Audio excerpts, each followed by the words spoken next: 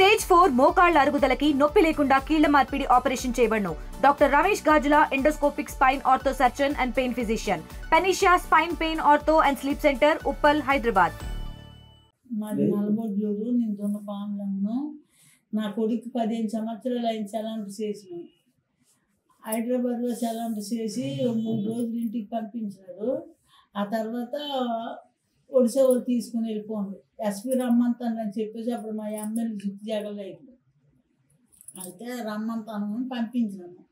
మరి శ్రీకాకుళం ఎస్పీ దగ్గర తీసుకొని వెళ్ళకంటే డిఎస్పీ ఆఫీస్ దగ్గర ఒడిశా వాళ్ళకి అప్పచెప్పినారు. అప్పచెప్పితే ఏటైంది ఏమైనా రానిదంటే నా అల్లుడికి నా కొడుకు ఇద్దరికి వెళ్తే నా అల్లుడికి మనసాటి వేసిన అప్పచెప్పినారు. నా కొడుకు ఉంచినారు, దొండకేశ్వరరావుకి ఉంచినారు. ఉంచేసేమో ఏమంటే ఇంటర్వ్యూషన్ చేస్తారో 3 రోజులు పంపిస్తారు అనేది. మరి పంపించకంట అక్కడ భువనేశ్వరం జార్పాడు జైలుకి తీసుకెళ్ళిపోయి ఏదో సినిమా వాళ్ళకాడ నచ్చిమిసాగర్ సినిమా వాళ్ళకాడ దొరికినారని చెప్పేసి కేసులు కట్టేసి ఉంచేసి 15 సంవత్సరాలు అవుతుంది నాయన. ఒడిశాకి ఆంధ్రాకి నీళ్ళదారి పెట్టినాను. ఇంతవరకు కూడా నాకు న్యాయం దొరకడం లేదు. ఇప్పుడు నా కొడుకు ఈ రోజుకి 5 రోజులు అయ్యింది భువనేశ్వరం జార్పాడు జైల్లో నిరాదరణ చేసి ఈరోజు అంగడి సైడ్ చేసి ఉన్నాడు. కాబట్టి ఇప్పటికైనా ప్రభుత్వాలు ఏమైనా నా కొడుకు న్యాయం చేసి నాకు అప్పచెప్తారని నేను కోరుకుంటాను. మీరు ఎక్కడెక్కడికి వెళ్ళారు, ఎవరెవరికి చెప్పారు? మేము ఎక్కడెక్కడికి వెళ్ళాము. ఫస్ట్ ఆంధ్రాలో కిరణకుమార్ దగ్గరికి వెళ్ళాము, ఇంద్రా సత్తిరెడ్డి దగ్గరికి వెళ్ళాము. ఇంద్రా సత్తిరెడ్డి అక్కడి నుంచి ఇక్కడ వచ్చి మళ్ళీ చంద్రబాబు నాయుడు దగ్గరికి 2 సార్లు వెళ్ళాము. అక్కడోటి అచ్చెన్నాయుడు, రామ్మోహన్ నాయుడు అందరూ మాట్లాడి అమ్మ నీకు న్యాయం జరుగుతుంది చెప్తామని. ఇప్పటికీ కూడా మొన్నే కూడా వెళ్ళాం రామ్మోహన్ నాయుడు దగ్గరికి.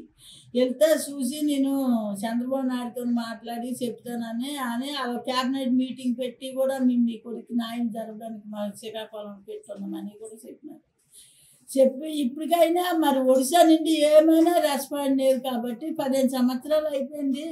మరి నేను ఉండేందుకమ్మా నా జీవితం జైలు పాలు అయిపోతుంది. కాబట్టి ఈరోజు ఇప్పటికైనా ఏమైనా న్యాయం జరిగితే జరగని, న్యాయం జరగదు. నేను తిండి తిప్పులు తినకంట నేను ఈరోజు జైలు కూకుంటానమ్మానంటే నేను ఏడ్చినాను. నాయన వద్దురా 8 సంవత్సరాలు ఉన్నామన్నా. లేదు ఒకటే నేను నిర్ణయం అమ్మానంటారు. సరే నువ్వు జైలు చచ్చిపోతే నేను ఇక్కడ ఇప్పుడు చచ్చిపోతాను. ఈరోజు ఏమైనా ఒడిశా ప్రభుత్వము న్యాయం చేస్తుందా ఏడు చేస్తుందని చూస్తాను. ఇప్పటికైనా ఒడిశా ప్రభుత్వం న్యాయం చేయాలని కోరుకుంటాను. గవర్నర్ దగ్గరికి వెళ్ళాము, రాష్ట్రపతికి అందరికీ లెటర్లు వాళ్ళు ఇచ్చినాం. కానీ మరి ఇప్పుడు ఇంతవరకు రెస్పాండ్ రావడం. ఇప్పుడు న్యాయం జరుగుతుందని మీరు అనుకుంటున్నారు? ఇప్పుడైనా ఏమైనా న్యాయం జరుగుతుందని కోరుకుంటాను. మరి ఏడు చేస్తారు అనేది ఇక నా ప్రభుత్వం ఏమైనా 2 ప్రభుత్వాలు ఏమైనా న్యాయం చేస్తానని నేను కోరుకుంటాను. సుప్రీంకోర్టులో పిటిషన్ ₹1,00,000 లెక్క ఇచ్చిపోసి సుప్రీంకోర్టులో వేసినాము. సుప్రీంకోర్టులో తీర్పు ఇచ్చింది న్యాయం జరుగుతుందని చెప్పేసి. మొన్న 9వ నెల 9వ నెల 1వ తేదీ కానీ స్పెషల్ కోర్టులు పెడతారు అవుతుందని చెప్పేసి అన్నారు. మరి 9వ నెల 1వ కాడి నుంచి కూడా స్పెషల్ కోర్టు అని ఆంధ్రాలో ఇచ్చినారు కానీ ఒడిశాలో ఇవ్వలేదు. కాబట్టి ఇప్పుడు మరి ఆంధ్రప్రదేశ్ చేసి ఏదైనా మాకు న్యాయం జరిగిన దాకా మేము చేయకు మరి తప్ప.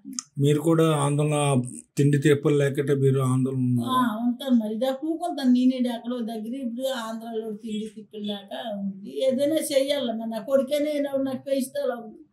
నా పేరు కామేశ్వరరావు అండి. నేను our money our rights organization ఈ కేశవరావు అన్న అజయ్ అన్న పేరుతో ఒడిశా పోలీసులు అరెస్ట్ చూపెడుతున్నారు.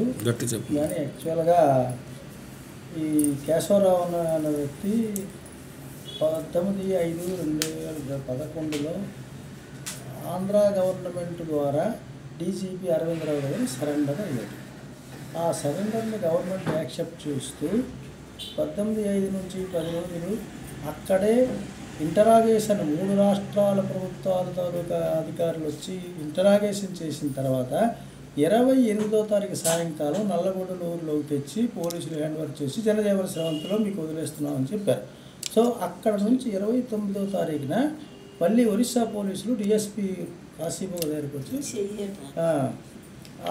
అక్కడేమో వీళ్ళకి ఇంటరాగేషన్ 2 రోజుల్లో చేసి వదిలేస్తామని చెప్పి తీసుకుని వెళ్ళిపోయారు.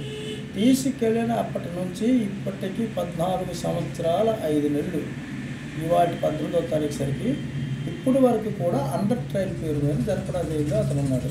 ముందు 5 కేసులు పెట్టామని చెప్పి ఈ 5 కేసులు కూడా ఎర్లీ ట్రయల్ చేసి న్యాయం చేస్తామని చెప్పి సరెండర్ పాలసీ ప్రకారం ఒరిస్సా గవర్నమెంట్ క్లాజ్ ఏంటంటే హీనియస్ క్రైమ్స్ ఏవైతే ఉంటే అవి మేము కోర్టు ద్వారా వదులుతామని చెప్పి ఆంధ్ర గవర్నమెంట్ చెప్పారు. కోర్టు ద్వారా అంటే పోనీ అంగీకరించాం, పోనీ సరెండర్ అయ్యాడు కాబట్టి పోనీ కోర్టు ద్వారా న్యాయం జరుగుతుందని. కానీ కోర్టు ద్వారా న్యాయం జరగలేదు. కనీసం 8 సంవత్సరాలు 5 కేసుల విషయంలో తేలలేదు. సుప్రీంకోర్టుకి వెళ్ళాం.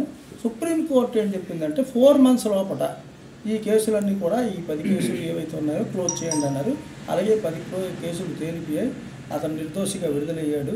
కానీ విడుదల అన్న పేరు మీద మళ్ళీ కొత్త కేసులు పెట్టి మళ్ళీ తీసుకొని వెళ్ళి ఇప్పుడు 34 కేసులు పెట్టి ఇప్పుడేమో ఆంధ్ర గవర్నమెంట్ 16 కేసులు, ఒడిశా గవర్నమెంట్ ఉన్న 34 కేసులు, ఇవన్నీ కూడా ఒక్క దగ్గర పెట్టి సుప్రీంకోర్టు మేము వేసిన పిటిషన్ మీద అది ట్రయల్ చేసి ఎర్లీగా 1 year లోపల ఇవన్నీ క్లోజ్ చేయమన్నది. డే టు డే దానికి మామూలుగా ట్రయల్ చేయండి అన్నది.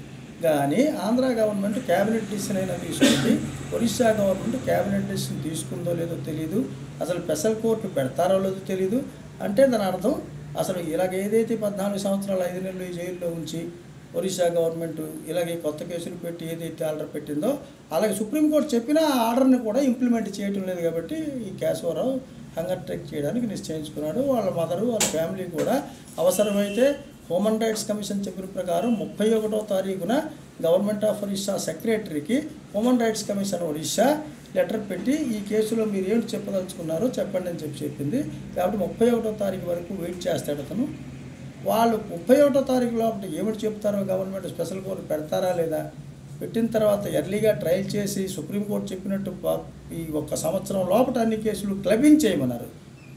ఆ క్లబ్బింగ్ అంటే అన్ని సెక్షన్స్ ఏవైతే ఒకే కేసులు అన్నిటికీ ఒకే ఇదే కాబట్టి ఒక దగ్గర తెచ్చి కూడా అన్నీ చేసి వచ్చారు ఎర్లీగా. కానీ దానికి మానసికంగా ఒరిస్సా గవర్నమెంట్ దాన్ని సమస్య పరిష్కారానికి ఇష్టపడుతుందో లేదో కూడా తెలియదు కాబట్టి హంగర్ స్ట్రైక్ జరుగుతుంది. ఇది న్యాయంగా సుప్రీంకోర్టు రూల్స్ గవర్నమెంట్ పెట్టిన రూల్ గవర్నమెంటే దాన్ని వైలేట్ చేస్తే మరి మనం వాళ్ళ హంగర్ స్ట్రైక్ చేసినప్పుడు దాన్ని మనం ఎలా సమర్థించకుండా ఉంటామని చెప్పి కొన్ని సోషల్ ఆర్గనైజేషన్స్ కూడా వాళ్ళు చేసిన డిమాండ్కి సమర్పిస్తూ మేము ఇప్పుడు ఈ ప్రెస్ కాన్ఫరెన్స్ని ఇక్కడ పెడుతున్నాం. అలాగే భువనేశ్వర్లో కూడా పెట్టాం.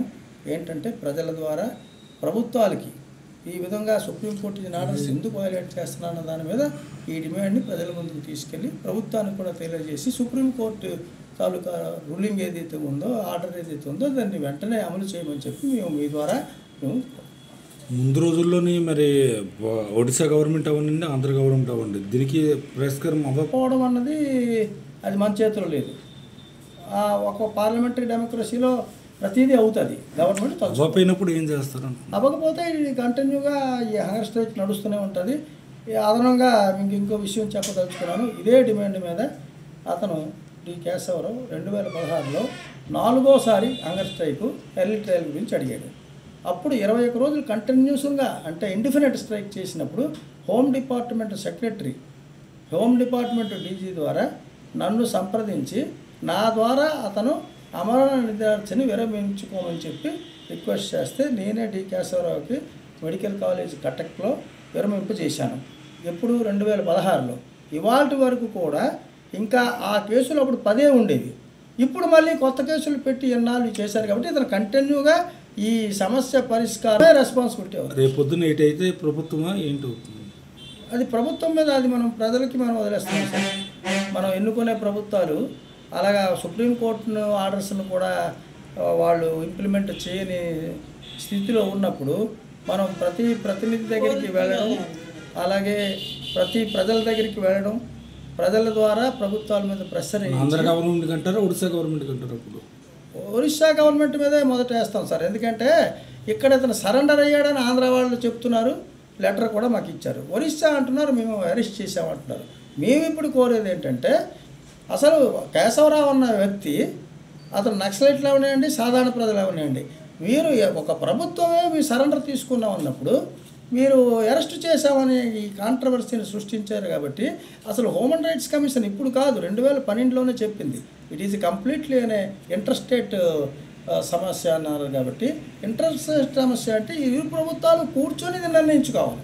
సరెండరు మేము తీసుకున్నామంటున్నారు, అక్కడేమో అరెస్ట్ అంటున్నారు, సమస్య తీసుకోవాలి. కానీ ఎంతమంది దగ్గరికి వెళ్ళినా సరే కోర్టు ద్వారానే రావాలి. కాబట్టి న్యాయబద్ధంగా అతను ఒక రాజ్యాంగాన్ని మన్నించి ఒక కేశవరావు గాంధీవాదిగా ఇప్పుడు కూర్చొని ఇప్పుడు హంగర్ స్ట్రైక్ ఏదైతే చేస్తున్నాడో అది ఇప్పుడే కాదు, అన్ని పేపర్లు అప్పుడు రాసాయి 2012లో. ఇతను మావోయిస్ట్ అన్నారు కానీ ఇతను గాంధీ మార్గాన్ని అనుసరించి హంగర్ స్ట్రైక్ చేస్తున్నాడని. కానీ ఇప్పుడు ఏ ఉద్దేశంతో అయితే అతను ఈ ఉద్యమంలోకి వచ్చాడో దానికి విరుద్ధంగా ప్రభుత్వాలు ఈ విధంగా ప్రవర్తిస్తే మరి ప్రజలకి మరి పరిపాలించే ప్రభుత్వాలు ఏం చేస్తారని మేము ప్రశ్నిస్తాం. కంటిన్యూగా ఇది ఇండిఫరెంట్ స్ట్రైక్ అవుతుందండి. అది ఎవరు ప్రెషర్ వేసినా సరే ఆగేది లేదు. ఎందుకంటే న్యాయబద్ధంగా అతను నిరాహార దీక్ష చేస్తున్నాడు. అది కూడా సుప్రీంకోర్టు ఎపెక్స్ కోర్టు చెప్పిన తర్వాత కూడా ప్రభుత్వాలు పాలించకపోతే ఇంకా డెమోక్రసీలు దానికి ఏముంటున్నాయని చెప్పి ప్రజల ద్వారా మీ ద్వారా మీడియా ద్వారా ఇది మేము ప్రభుత్వం దానికి ఉన్న పని మేము తెలియజేస్తున్నాం. ఎంత వేగి చేస్తే అంత మనం ఇప్పుడున్న డెమోక్రసీని రక్షించుకోవాలనుకుంటే ప్రభుత్వాలు కూడా డెమోక్రసీ విధంగా ఎన్నికయ్యారు కాబట్టి వాళ్ళు డెమోక్రసీ విధంగా అతను కోరుకున్నది కరెక్ట్ అని మేము నమ్ముతున్నాం. తెలుగులో ఫాస్టెస్ట్ న్యూస్ ఇప్పుడు కొత్త అవతారంలో 5 సెకండ్లోనే పూర్తి వార్తా సమాచారం మీ చేతిలో. సోషల్ మీడియా ట్రెండ్స్ మీ కళ్ళ ముందుకే live TV and voice search ఆప్షన్స్తో ఇప్పుడే డౌన్లోడ్ చేయండి. యాప్ లింక్ డిస్క్రిప్షన్లో ఉంది.